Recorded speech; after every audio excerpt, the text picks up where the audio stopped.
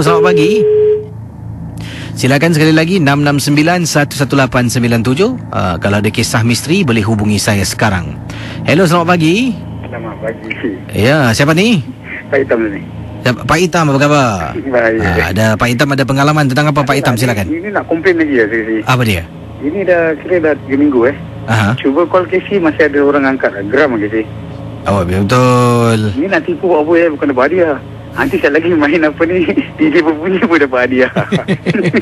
Awak kata awak telefon ada makcik angkat. Aku stres betul.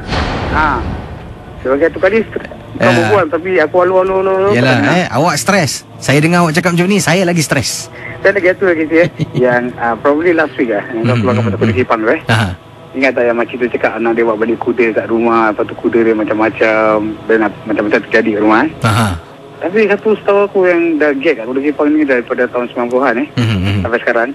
Kalau kita tak seru, kita tak panggil, tak ada benda yang akan datang. Oh, ini tentang tu dia kakak tu kata anaknya bawa pulang bawa balik kuda. Semua gini-gini. Itulah tahu macam stres apa tu hari mendengar ni cerita macam kalau kita tak puja, kita tak bikin apa-apa, tak ada benda yang akan datang ganggu rumah kita. Anda pegiat seni Kota Kepang Ya. Dah berapa tahun ni? Daripada tahun 90-an sampai sekarang. Wah, jadi anda pernah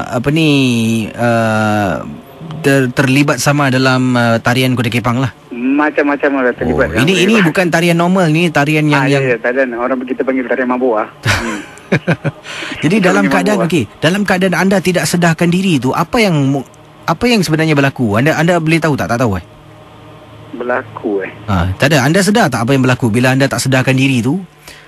Anda kita tahu apa kita bikin. Pasal benda yang kita panggil ni kan akan bertinggi kat kita punya bau.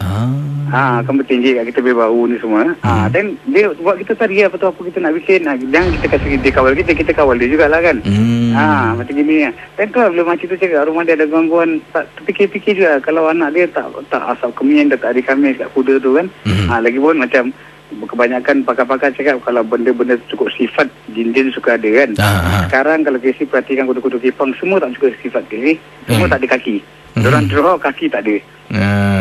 Tu masalah tu. Macam tadi bila KC keluarkan ni macam mana sekarang ni kuda kebanyakan tak ada kaki yang orang-orang bikin ni semua taklah yang cukup sifat dia bukan semua cukup. Kadang-kadang cukup sifat tu boleh kita draw, macam kita draw atau kat rumah kita ada gambar orang cakap biasa jin suka duduk, bikin rumah all this kind of thing kan.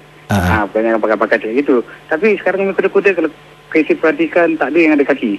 Semua kita bikin kuda dengan tanpa kaki, dengan tanpa telinga, semua gini kira kurang sifat lah. Ada bila macam tu takut orang kasih salah perception terhadap Kota Kepang Masuk Kota Kepang je mesti kena kacau. Masuk Kota Kepang kena kacau. Itu yang kita tak. Terima kasih Pak Hitam Okay. Itu dia. Baik, pendapat pandangan dari Pak Hitam, seorang penggiat seni Kota Kepang. Ada yang mungkin suka, ada yang tak suka, masing-masing lah individu. Ada yang suka dengar radio, ada yang tak suka. Tak nak lah aku dengar radio ni semua. Macam tu lah. Jadi kita harus akur lah kat dunia ni bukan senang nak senangkan semua orang, dan bukan senang ialah nak tengok mana yang salah, yang betul tu. Kadang-kadang benda tu macam grey area lah. Baik, kiriman pendengar kita